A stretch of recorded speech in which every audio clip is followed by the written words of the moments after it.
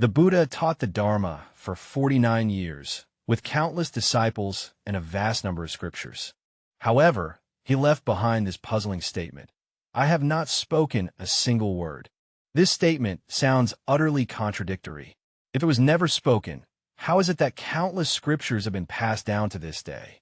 If it had truly never been taught, how then could the door to the wisdom of countless sentient beings be opened?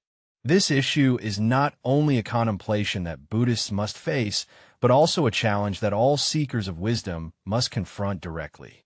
It touches upon the relationship between language and truth, addressing our fundamental understanding of reality. Can language truly convey truth?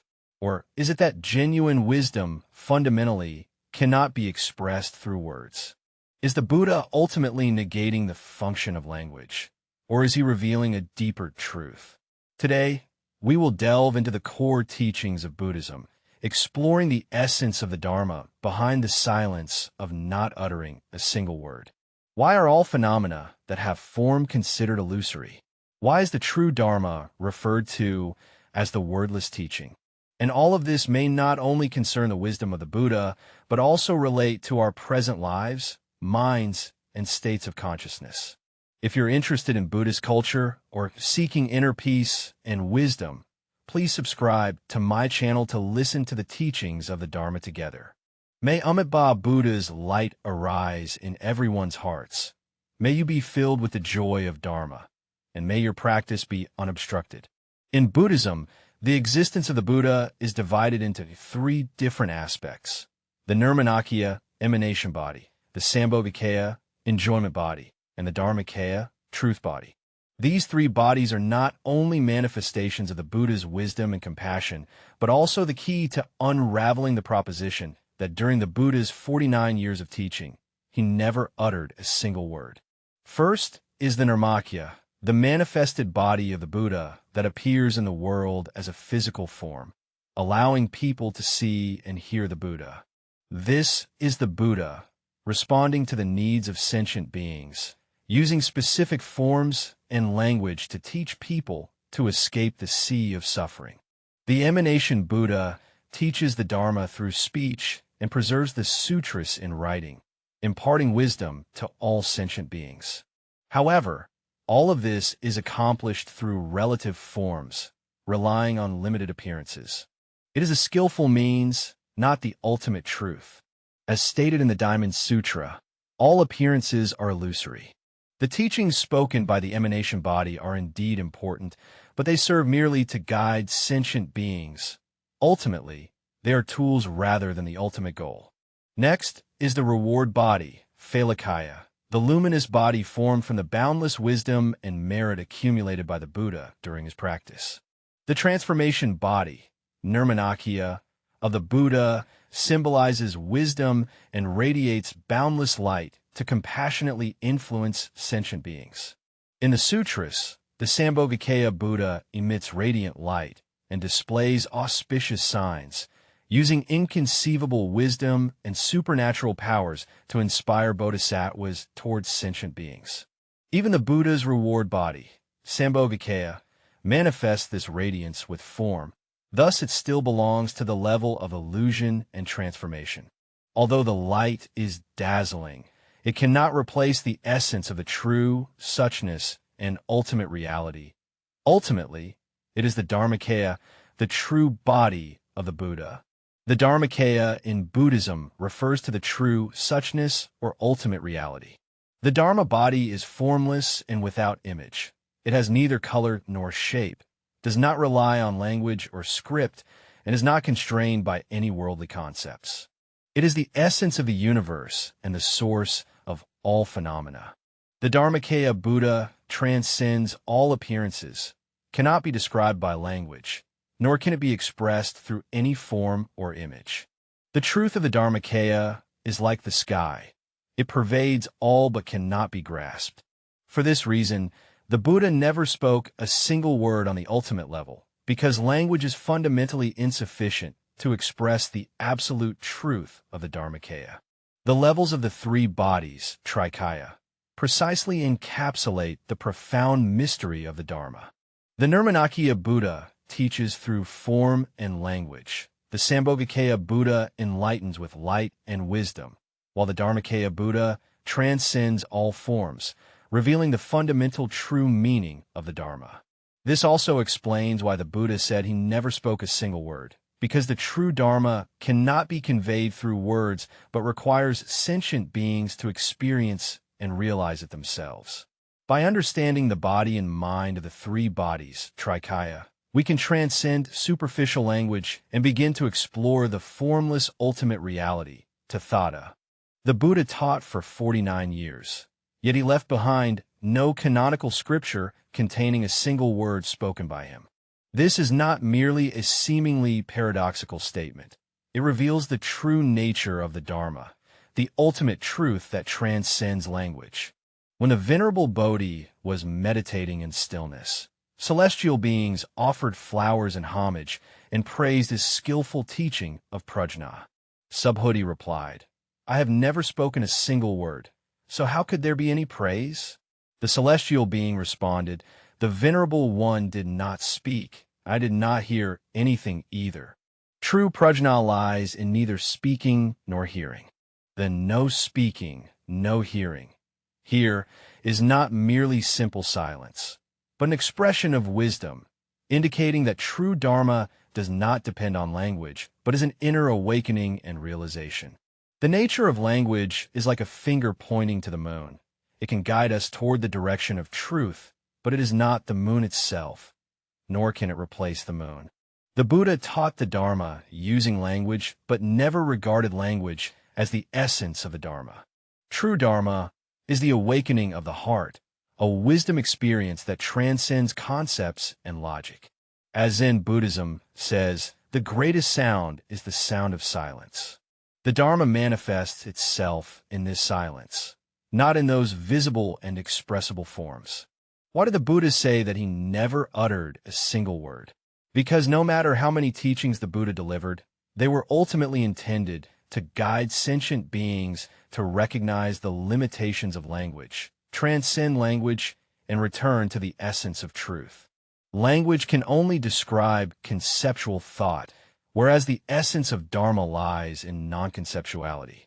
Only when we transcend attachment to language and form can we truly perceive the true nature of all phenomena.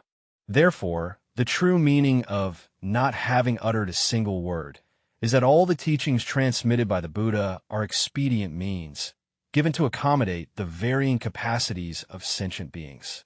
True Dharma transcends all language and script. Form cannot be directly conveyed through words. It can only be apprehended through the awakening of wisdom, allowing one to perceive its profundity and reality. This is the silent language left by the Buddha, truly never having spoken a single word. In Buddhism, it is often said that all sentient beings possess Buddha nature. This statement is not merely a comforting phrase, but the core truth of the Dharma. We often mistakenly believe that the Dharmakaya, Sambhogakaya, and Nirmanakaya are unique and transcendent states possessed only by the Buddha, and that ordinary beings cannot attain such miraculous manifestations. In fact, these three bodies are not exclusive to the Buddha, but are manifestations of the inherent nature present in all sentient beings. Every person possesses the Dharmakaya Buddha, the Sambhogakaya Buddha, and the Nirmanakaya Buddha. It is only due to the veil of ignorance that we fail to realize this. The Dharmakaya Buddha is the pure, inherent nature possessed by every individual. It is formless and without appearance, neither born nor extinguished, like a clear mirror that can truly reflect all things without being tainted by a single speck of dust. When no thought arises, that state of clarity and awareness is the essence of the Dharmakaya Buddha. The Dharma body is formless. It neither arises nor ceases, is neither defiled nor pure, neither increases nor decreases. It is the true nature of all sentient beings. This also illustrates that, regardless of the circumstances we find ourselves in, the Dharmakaya Buddha always exists. It neither disappears due to our delusion nor increases because of our awakening. The Reward Body Buddha represents the manifestation of our wisdom. When we are able to discern right from wrong in life, respond skillfully, and solve problems with wisdom, the light of this wisdom is the manifestation of the Buddha's Sambhogakaya. The Sambhogakaya Buddha is the result of the immeasurable merits accumulated by the Buddha during the practice of the grounds, bhumis. The good deeds, wisdom, and compassion that each of us accumulates in daily life are manifestations of the karmic conditions of the reward body, Sambhogakaya, Buddha. They represent the manifestation of our innate luminous wisdom and serve as the guiding force that uplifts us. The manifestation Buddha embodies our actions. Every behavior, every word, every creation and invention of sentient beings is a manifestation of the manifestation Buddha. When we build houses, invent tools, and find joy in helping others, all these actions are manifestations of the activity of the emanation body of a Buddha. It can be said that our very lives are a continuous manifestation of the Buddha's emanation. Precisely because of this, Buddhism speaks of countless myriad emanations, meaning that the emanation Buddhas can manifest various forms according to conditions, appearing in endless time and space to benefit sentient beings. However, most people fail to realize the existence of the three bodies, Trikaya, because we mistakenly regard the physical body as the self, clinging to the immediate external form, and neglecting the formless and invisible essence behind it. Our physical body is merely the dwelling place of the Dharmakaya, not the true master. The true master is our own true nature, the unborn and undying Buddha nature. If one can turn inward and clearly recognize one's true nature, one will realize that they originally possess everything, lacking nothing, and are no different from the Buddha. A single pure thought manifests the Dharmakaya. A single wise thought reveals the Sambhogakaya. A single active thought manifests the Nirmanakaya. Buddha nature has never left us. It is only obscured and unable to manifest due to attachment and delusive thoughts. If we can see through delusions and let go of attachments in our daily life, the intrinsic luminous nature will gradually manifest, perfecting the three bodies, Trikaya. This is precisely the self-nature enlightenment taught in Buddhism, and it represents the ultimate aim of the Buddha's 49 years of teaching. Therefore, when we say that all sentient beings possess Buddha nature, it is not a vague or illusory encouragement, but a real and true existence. Everyone can, through recognizing their true nature, discover their inherent Dharmakaya Buddha, Sambhogakaya Buddha, and Nirmanakaya Buddha, and progressively manifest them in their practice. On the path to awakening, Buddha nature always accompanies us. Help us move from suffering to light, ultimately achieving the perfection of the three bodies, Trikaya. This is the true home for each and every one of us. Nirvana, a term frequently mentioned in Buddhism, is often misunderstood as death or annihilation. In fact, Nirvana is not merely the end of life, but a state of existence that transcends birth and death, representing complete liberation. It is the ultimate goal of the Buddha's teachings, the supreme wisdom of life, which liberates us from the cycle of rebirth and attains true freedom and the ultimate transcendence. To better understand Nirvana, Buddhism divides it into 4 states, each representing a different level of life, ranging from vitality to enlightenment. The first type is intrinsic nirvana, which is one of the fundamental teachings of Buddhism, indicating that all sentient beings inherently possess Buddha nature, and this Buddha nature is neither arising nor ceasing. Regardless of our state or the number of cycles of birth and death we undergo, the Buddha nature always exists and has never been defiled. It is like the void. No matter how the wind blows or the rain falls, the essence of the void never changes. This Buddha nature is precisely the true nature of nirvana inherent in each one of us. When we clearly understand this, we realize that what is called birth and death is merely an external change, while the true nature is eternal and unchanging. The second is remaining in nirvana. This is the liberation state attained by Theravada practitioners. By severing the attachment to the self, they transcend the cycle of segmented birth and death, that is, the physical aging, sickness, and death. However, Theravada practitioners still harbor attachment to the Dharma, believing that there is a goal called Nirvana to be pursued and a certain fixed state to be attained. Although they have been liberated from the cycle of the 6 realms of samsara, they have not yet attained complete freedom and still remain in a state of residual existence. The third type is Nirvana without remainder. This is the state where the cycle of birth and death through division and the cycle of birth and death through transformation are completely ceased, representing the highest attainment of a small saint's practice. In this state, the practitioner not only severs attachment to the self, but also relinquishes attachment to the Dharma, achieving complete purity. However, the Nirvana without remainder remains a state of cessation, indicating that the practitioner no longer exerts influence on the external world. They tend toward silence, departing from worldly conditions, embodying a state of complete primordialness. The fourth is the Nirvana without dwelling, which is the ultimate liberation advocated by Mahayana Buddhism. Non-abiding Nirvana neither dwells in samsara nor in Nirvana. It transcends all dualities and represents a state of freedom that is conditioned yet unchanging, unchanging yet conditioned. In Nirvana without abiding, although the practitioner has already transcended birth and death, the Buddha Dharma remains boundless, but rather to face them with a transcendent attitude. Buddhist practice is not about pursuing an illusory endpoint. Instead, it allows us to awaken in every present moment, freeing ourselves from attachment and attaining true inner freedom. The profound meaning of nirvana lies in that it is neither a fixed place nor a state of cessation, but a realm of infinite freedom. When we are no longer bound by greed, hatred, and ignorance, and no longer attached to gains and losses or success and failure, our mind becomes as vast as the sky, unattached and without clinging.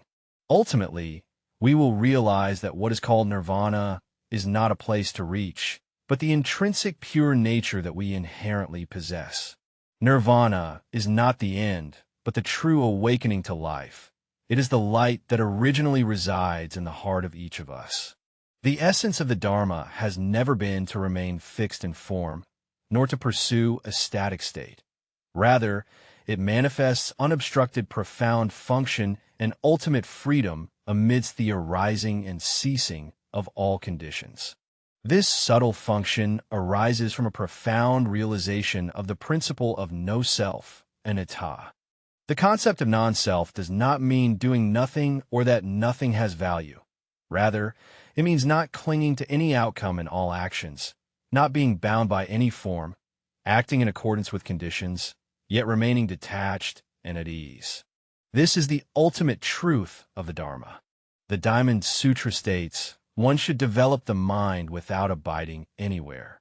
This sentence clearly reveals the core wisdom of the Dharma. Arising of mind refers to all the thoughts and intentions that occur in our daily life, encompassing every action and decision we make. Non-abidance reminds us not to cling to any particular thought among the arising mental activities, nor to bind ourselves within the dualities of gain and loss, good and bad, success and failure. Non-abidance is not passive stagnation, but a transcendent state, maintaining inner freedom and tranquility amidst all actions. The Buddha's teachings never advocate abandoning action. On the contrary, he encourages everyone to live with compassion and wisdom to help liberate sentient beings. However, the Buddha also reminds us that the true meaning of all actions does not lie in their external results, but in the inner awakening. If we harbor attachment in our actions, then no matter how many virtuous deeds we perform, we may still be bound by the merits accumulated. If we can act without attachment and use things without defilement, then the wondrous function of the Dharma can be manifested in all our actions. The fundamental essence of marvelous function lies in the freedom of the mind. Just like the void, It is omnipresent yet never clings to any form. True Dharma is this unobstructed wisdom. It neither feels pride upon arising virtuous thoughts nor harbors resentment when confronted with adversity. Whether in favorable or adverse circumstances, it responds in accordance with conditions, neither increasing nor decreasing, neither losing nor betraying. This power of adapting to conditions without changing is precisely the marvelous function of the Dharma. Another characteristic of wondrous function is its seamless integration. The Dharma teaches us that although all phenomena in the world appear different on the surface, they are fundamentally one in essence. Precisely because of this understanding, the Buddha was able to find balance amidst all opposites and harmony within all contradictions. Great compassion does not part from great wisdom, and great wisdom does not part from great compassion. It is precisely because of this interdependent arising that the wondrous efficacy of the Dharma can benefit countless beings. Compassionate action is not blind giving, but a response filled with wisdom and enlightened awareness. It is not a detached indifference, but a care filled with compassion. Precisely for this reason, the wondrous function of the Dharma is both profoundly boundless and manifested in every single moment. Ultimately, helplessness also signifies transcending attachment to all forms. Do not cling to good or evil. Do not cling to success or failure. Do not cling to emptiness, nor to existence. This transcendence allows the Dharma to truly become an unobstructed liberation. As Chan Buddhism teaches, precisely when the mind is fully engaged, it is exactly when there is no attachment to the mind's activity. When we devote ourselves wholeheartedly to something, we do not let our hearts be bound by the outcome. When we speak and act, we are able to do so without being confined by these words and actions. This state is both non-abiding and wondrous function. He teaches us that helplessness is not an action, but the unity of movement and stillness. Skillful means is not attachment, but acting freely in accordance with conditions. The essence of the Dharma has never been a concept that can be rigidly defined or fixed. It is like water, able to change according to conditions, yet never losing its inherent nature. It is like the wind, formless and without shape, yet present everywhere.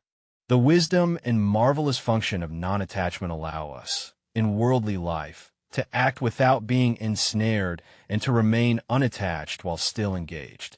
Thus, we participate in all affairs yet are not entangled by them. By understanding this, we can find true freedom of life in every present moment. True Dharma is neither far away nor confined within the scriptures. It is present in each of our moments of awareness, in every thought free from attachment. The wisdom of the Dharma ultimately returns to silence. As the Buddha, at the assembly on Vulture Peak, in the prime of his life, silently held up a flower without uttering a word, the assembly was puzzled and confused, yet the venerable Mahakassapa responded with a knowing smile. The Buddha then said, "There is no treasury of the true Dharma, the wondrous mind of Nirvana, the ultimate reality without form, the subtle Dharma door, not relying on words or letters, a special transmission outside the teachings, entrusting it to Mahakassapa." This silent transmission of the Dharma opened the Chan tradition's path of directly pointing to the mind. True Dharma is not found in words, but in the deep awakening of the mind. Words are merely the bridge, while the essence of Dharma transcends the destination that the bridge leads to. Language can describe images, but cannot touch the ultimate reality. It can guide the direction, but cannot replace the steps. For this very reason, the Buddha said that he never uttered a single word. This sentence does not negate the Buddha's 49 years of teachings, but rather tells us that all language, scriptures, and explanations are merely skillful means for guidance. True Dharma must be realized by sentient beings within their own hearts, not sought from external texts. All of this returns to the true mind. The true heart is speechless, yet it can illuminate all things. True mind is formless, yet it can encompass all.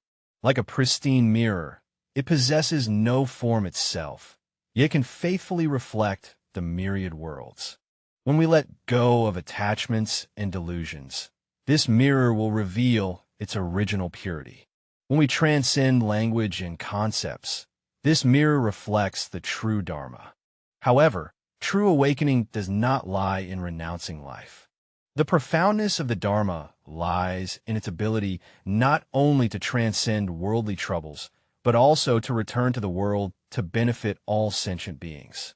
True Dharma is not about seeking tranquility in the mountains and forests, but about skillfully applying it amidst the mundane world, allowing wisdom and compassion to manifest in every moment. Whether in work, life, or interpersonal relationships, the wisdom of the Dharma enables us to live with greater ease and harmony. This is precisely the Buddha's teaching of the mind born without attachment. Non-attachment refers to not clinging to any form or result, while generating the mind means actively engaging in each present moment to create conditions of goodness for oneself and others. The wisdom of generating the mind without attachment is not about withdrawing from the world, but about finding true liberation and freedom within the world. When we truly grasp the ineffable subtlety of the Dharma, we realize that it is not distant at all. It is neither a lofty philosophy nor merely confined to the texts of scriptures. The Dharma manifests in each moment of awareness, when we do not cling to external conditions nor allow inner afflictions to consume us. He is like a gentle breeze brushing the face, unseen yet truly perceptible. He is like sunlight, silently and imperceptibly shining, yet warming all beings. Therefore, the Buddha's statement that he never uttered a single word was not meant to tell us to cease studying the scriptures, but rather to remind us not to remain on the surface of language and words. True Dharma does not need to be spoken. It manifests in every moment your mind is tranquil, reveals itself in every act of compassion, and resides in your equanimity amidst the various affairs of the world.